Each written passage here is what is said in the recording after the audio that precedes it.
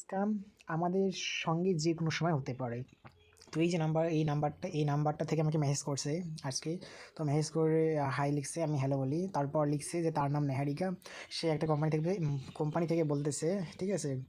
তো ও বলতেছে যে ও একটা লিঙ্ক দেবে আমাকে, যারা ইনস্টাগ্রামের। তো সেই ইনস্টাগ্রাম লিঙ্কে আমি ক্লিক করব এবং সেই ভিডিওটাতে লাইক দিব, এবং লাইক দিলে আমি এইভাবে একটা ভিডিওতেই আমি 203 টাকা করে পাবো। এভাবে আমি 2000 থেকে 3000 টাকা আর্ন করতে পারবো, এইভাবে বলে। তারপর আমি বলি হ্যাঁ ঠিক আছে। তারপর ও বলতেছে যে ঠিক আছে, এখন কাজটাকে শুরু করা যাক।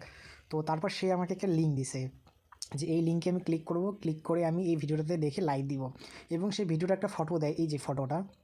এবং এখানে অ্যাকাউন্টের নামটা আমি দেখছি, যেটা অ্যাকাউন্টের নাম আছে Food52। তো আমি কি করি, ইনস্টাগ্রামে সার্চ করি এই অ্যাকাউন্টটা, কিন্তু আমি এই লিঙ্কে ক্লিক করি না। এই অ্যাকাউন্টটা বার করে একটা ভিডিওতে, এই ভিডিওটাতে আমি লাইক দেই, ঠিক আছে? তারপর ওকে আমি কী করি, আমি বলি ডান। তারপর সে কনফার্মের জন্য স্ক্রিনশট চাইছিল। তো আমি এই যে স্ক্রিনশটটা দিছিলাম, আমি কিন্তু লিঙ্কে ক্লিক করি নাই, ঠিক আছে? তারপর তাই বলছে যে আমাকে কংগ্রেচুলেশন, সাকসেসফুল হয়ে গেছে, ঠিক আছে? তারপর আমি বলি তারপর সে আমাকে জিজ্ঞাসা করেছিল যে আমার বয়স কত। আমি বলেছিলাম যে 21 বছর বয়স, ঠিক আছে? তারপর সে আমাকে আবার এই লিঙ্কটা দেয়, এবং এখানে চ্যাট করতে বলে, তারপর ইনভাইটেশন কোডও আমাকে দেয়। তারপর দেখো এখানে কী হয়েছে, এই যে লিঙ্কটা যে আমাকে দিচ্ছে ইনস্টাগ্রামের, এই ইনস্টাগ্রামের লিঙ্কটা কিন্তু একটা ফেক লিঙ্ক।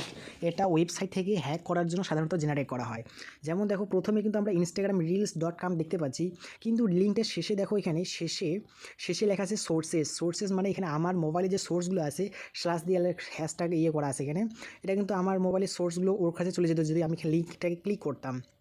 এই যে ওয়েব থেকে এখানে কপি করা হয়েছে এই লিঙ্কটাকে। এটা অটো জেনারেট করা থাকে ওয়েবসাইটে, বিভিন্ন ওয়েবসাইটে হ্যাকাররা করে রাখে। কেউ যদি এটাকে কপি করে বা কাউকে যদি পাঠায় দেয়, সে যদি লিঙ্কটাকে ওপেন করে, তার লোকেশন, কল রেকর্ড এবং বিভিন্ন ফাইলস কিন্তু সরাসরি তার কাছে চলে যায়, ঠিক আছে? তো এই লিঙ্কটা আমাকে দিছে। তারপর দেখুন নিচে একটা লিঙ্ক দিছে আবার একটা, এই যে এটা হোয়াটসঅ্যাপ লিঙ্ক দিচ্ছে, বলছে এখানে ক্লিক করে হোয়াটসঅ্যাপের সঙ্গে যোগাযোগ করো। কিন্তু এই যে লিঙ্কটা আছে না, এই লিঙ্কটাও কিন্তু ফেক লিঙ্ক।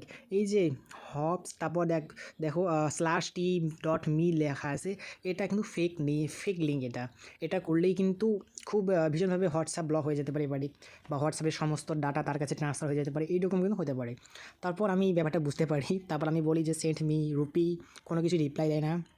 তারপর আমি বলি যে I know the meaning of this link, I am ethical hacker, আমি তাকে একটু ভয় দেখাই, ঠিক আছে? তারপর ভয়টা একটু বেশি হয়ে গেছিলো বোধহয়। তারপর আমি বলি যে তার বিরুদ্ধে আমি একটা কমপ্লেন রেজিস্টার করব।